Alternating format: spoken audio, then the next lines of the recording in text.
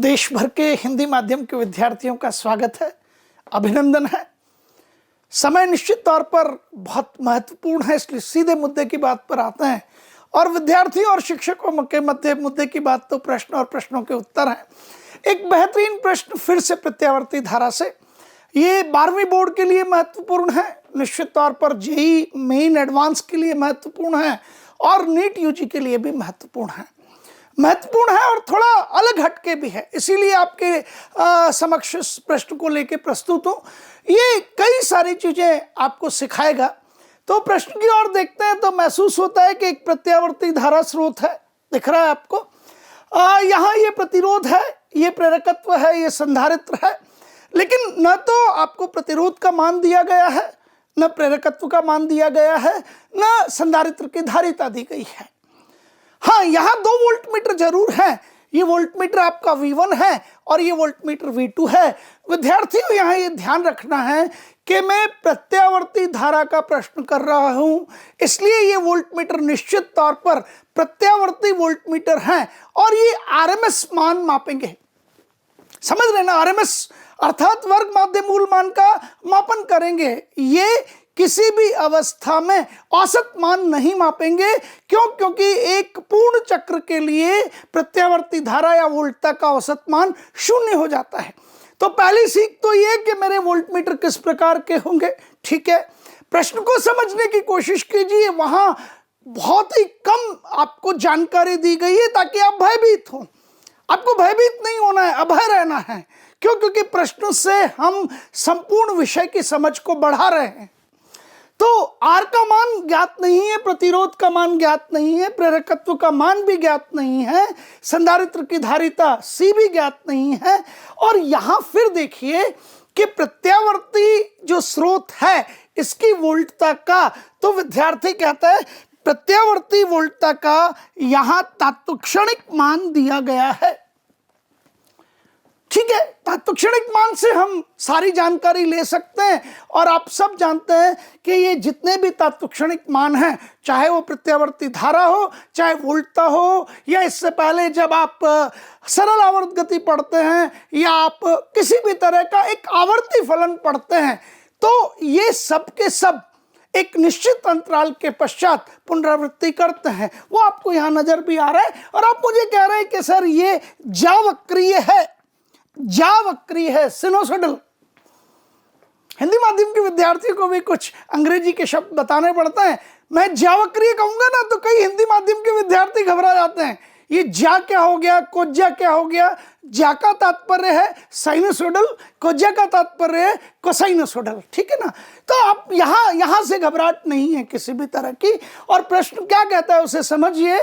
तो प्रश्न कहता है कि यदि वोल्टमीटर V2 का पाठ्यांक 40 वोल्ट है, हर शब्द पर ध्यान दीजिएगा विद्यार्थियों। क्यों? क्योंकि ये वो समय है जब आपको सीखना है, और फिर जेईई मेन में, और फिर जेईई एडवांस में, और उसी के साथ नीट यूजी में, लेकिन उससे पहले 12वीं बोर्ड में आपको अपनी प्रतिभा का लोहा मनवाना है। आपका भी और मोशन का भी, दोनों की इज्जत का सवाल है भाई। बहुत, जिसे कहते हैं ना, सहजता से पढ़ते रहिए। तो ये 40 वोल्ट, अब हाँ, आपकी आवाज बिल्कुल ठीक है, ये मान वर्ग माध्य मूल मान है। तो वोल्टमीटर V2 का पाठ्यांक 40 वोल्ट है और आपसे वोल्टमीटर V1 का पाठ्यांक पूछा गया है। अब आपको ये पता है कि मेरा वोल्टमीटर सिर्फ और सिर्फ एक मापन उपकरण है, तो मैं यहाँ टर्मिनल्स बना देता हूँ। आप यदि कहें कि यहाँ मैं A लिखूं तो ये A है निश्चित तौर पर, और ये यहाँ से यहाँ तक तो A होगा, ये B है, इसे मैं उठा के C लिख देता हूँ और इसे उठा के D लिख देता हूँ। B से D के मध्य प्रेरकत्व और संधारित्र जुड़े हुए हैं और A से B के मध्य प्रतिरोध जुड़ा हुआ है। और भले मुझे मान ज्ञात हो या ना हो, लेकिन मैं इनके संकेत तो लिख ही सकता हूं। ये R है, ये L है और ये C है।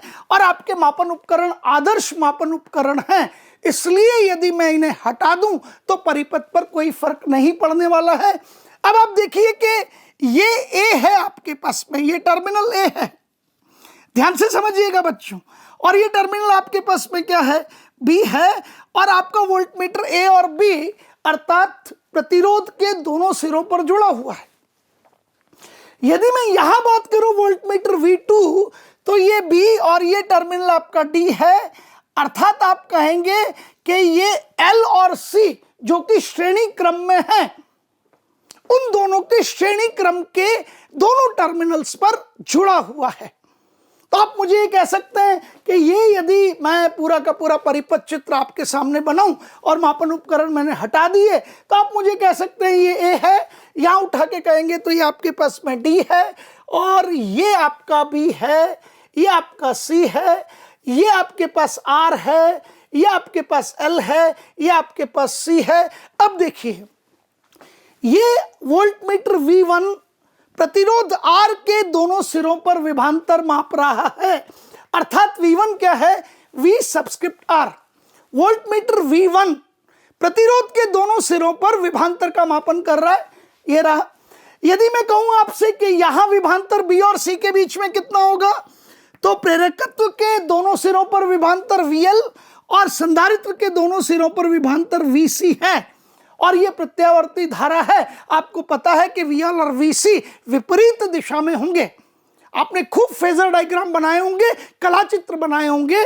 VL और VC निश्चित तौर पर 180 डिग्री पर होते हैं। तो आप मुझे कहेंगे कि ये वोल्टमीटर V2 क्या मापेगा, तो वोल्टमीटर V2 मापेगा या तो VL माइनस VC, यदि VL का मान VC से बड़ा है ना, ठीक बिल्कुल।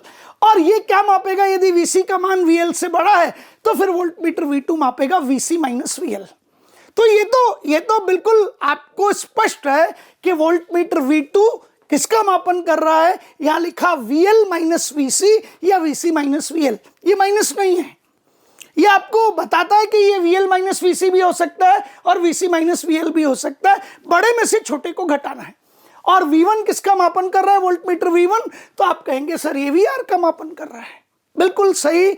और आप कहेंगे V2 का मान कितना है, तो आप मुझे कहेंगे V2 का मान 40 वोल्ट है। आप सब विद्यार्थी प्रत्यावर्ती धारा को पढ़ चुके हैं, इस विषय वस्तु का ज्ञान आपको है। और यहाँ एक बहुत महत्वपूर्ण त्रिभुज होता है, खेल ही त्रिभुजों का है। और त्रिभुज भी कौन सा, समकोण त्रिभुज। और समकोण त्रिभुज निश्चित तौर पर पाइथागोरस की प्रमेय का ही तो याद दिलाता ही है। तो मैंने आपके सामने यहां वोल्टता त्रिभुज बनाया, ये वोल्टता त्रिभुज है, वोल्टता त्रिभुज, ये बहुत महत्वपूर्ण है। और आपसे ये कहा कि ये वोल्टता त्रिभुज में आप जानते हैं ये VR है, ये परिपथ तो आप जानते ही हैं, मतलब क्या बताऊं इसके बारे में।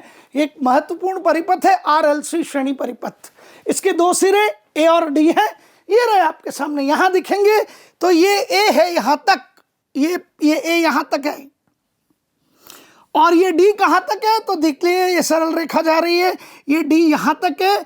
और A और D के मध्य आपने स्रोत आरोपित कर रखा है, A और D के मध्य स्रोत आरोपित है, और ये मान हाँ तात्क्षणिक मान है, बिल्कुल ठीक कह रहे हैं आप।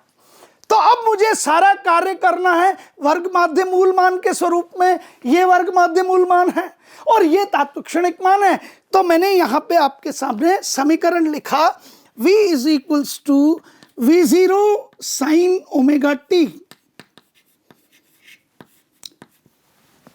और आप समझ रहे हैं विद्यार्थियों, यहां प्रत्यावर्ती धारा स्रोत की आवृत्ति भी नहीं दी गई है, ओमेगा ज्ञात नहीं है, R मालूम नहीं, L मालूम नहीं, C मालूम नहीं, ओमेगा मालूम नहीं। तो मैंने आपसे कहा ना, भयभीत करता है, ऐसा लगता है कि छोड़ के आगे निकल जाओ, लेकिन कितने प्रश्नों को छोड़ेंगे भाई, ये समझना महत्वपूर्ण है, ये बहुत महत्वपूर्ण है।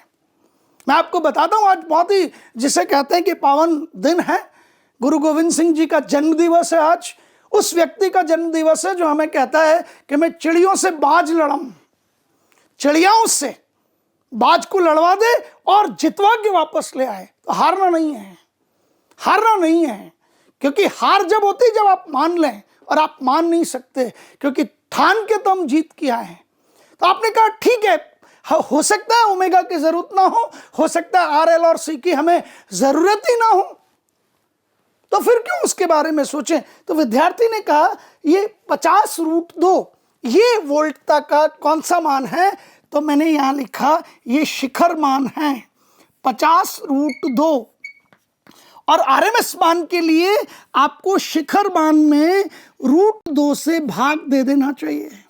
ये सारे छोटे छोटे प्रश्न हैं जो आपसे बोर्ड में पूछे जाएंगे, लगातार पूछे जाएंगे। शिखर मान, शिखर से शिखर मान, वर्ग माध्य मूल मान, अर्ध आवर्त पर औसत मान, पूर्ण आवर्त पर औसत मान, सबको एक ही सिरे से खत्म कीजिए। उठिए, अपनी टेबल चेयर पर बैठिए, मेज कुर्सी पर बैठिए और पढ़ना शुरू कीजिए। पढ़ना ही पड़ेगा, पढ़ाई का कोई विकल्प नहीं है। सफलता के लिए पढ़ना पड़ेगा। सीधी और स्पष्ट बात कर रहा हूं, सीधी और स्पष्ट बात कर रहा हूं। तो आपने कहा ये V0, ये रहा V0, ये कौन सा मान है? आपने कहा शिखर मान है। मुझे क्या चाहिए? वर्ग माध्य मूल मान। तो सूत्र कहता है कि शिखर मान को √2 से भाग दीजिए। √2 से आप भाग देंगे तो क्या आ जाएगा? वर्ग माध्य मूल मान। ये वर्ग माध्य मूल मान यहां भी लिख सकते थे आप, और मुझे कह सकते थे सर आरोपित वोल्टता 50 वोल्ट है। ये ठीक है, यहां मैंने लिख दिया 50 वोल्ट। अब ए से डी तक आपने आरोपित किया 50 वोल्ट, ये V है। यहां से यहां तक समझिएगा, यहां से यहां तक V, ये आपका VR है। और यहां से यहां तक मैं बना रहा हूं आपके सामने, यहां से यहां तक ये VL माइनस VC या VC माइनस VL, और ये आपका VR, और ये आपका वोल्टता त्रिभुज जो आपको सारी जानकारी देता है। ये वोल्टता त्रिभुज समकोण त्रिभुज है। तो विद्यार्थी कहता है ये आपका कर्ण है, इस समय देखेंगे तो ये आधार है और ये लंब है। आप सीधा सीधा सूत्र लिखिए तो आप कहेंगे पाइथागोरस प्रमेय का उपयोग करूं तो मैं कहूंगा कर्ण का वर्ग V² = आधार का वर्ग और लंब का वर्ग। तो ये VR² + VL - VC का होल स्क्वायर। आपको ये पता है V2 क्या माप रहा है? तो आपने कहा V2 मापता है VL - VC, और वो कितना है? तो मैंने आपको कहा वो 40 वोल्ट है। तो ये 40 का स्क्वायर। VR कौन है? V1, ये ज्ञात करना है, यही तो ज्ञात करना है। तो VR की जगह उठा के आपने लिख दिया V1 का वर्ग, ये मुझे ज्ञात करना है। और V कितना है? ये 50 वोल्ट, ये 50 वोल्ट हो गया। अब आपको सिर्फ और सिर्फ V1 का मान निकालना है। यहां से देख लीजिए, वैसे तो ये बहुत ही साधारण सी चीज है। तो आप कहेंगे V1² आपके पास आएगा, तो आप कहेंगे ये 50 का वर्ग - 40 का वर्ग, तो 50² - 40²। आप A² - B² लगा लीजिए, तो 50 - 40 और 50 + 40, तो 50 - 40 तो हो गए 10, और ये हो गया 50 + 40 90, ये हो गया 900। और आपने कहा V1² 900 है, तो V1 निश्चित तौर पर उसका रूट आएगा और वो 30 वोल्ट आ जाएगा। और आप कहेंगे कि सर इसका उत्तर कुछ और नहीं है, 30 वोल्ट है। क्या क्या पढ़ लिया? मैं बिल्कुल सीधे मुद्दे पे हूं। यदि हमें किसी वोल्टता स्रोत का तात्क्षणिक मान की समीकरण दी गई है तो हम शिखर मान निकाल सकते हैं, शिखर से शिखर मान निकाल सकते हैं, वर्ग मध्य मूल मान निकाल सकते हैं, औसत मान निकाल सकते हैं। 12वीं बोर्ड के प्रश्न एक ही सिरे से समाप्त। ये RLC श्रेणी परिपथ है, बिल्कुल है। RLC श्रेणी परिपथ में ये हमारे वोल्ट मीटर है जो कि वर्ग माध्य मूल मान माप रहे हैं। ये L और C के दोनों सिरों पर वोल्टता का मान माप रहा है जो कि कितना है? 40 वोल्ट है। और मुझे यहाँ V1 अर्थात R प्रतिरोध जो मेरा है उसके दोनों सिरों पर वोल्टता चाहिए। और मान कौन सा चाहिए? वर्ग माध्य मूल मान। समझिएगा सब लोग, ये प्रश्न पे आपने 30 वोल्ट टिक किया विकल्प आपने, और आपको 4 में से 4 मिले। कई बार जब आपका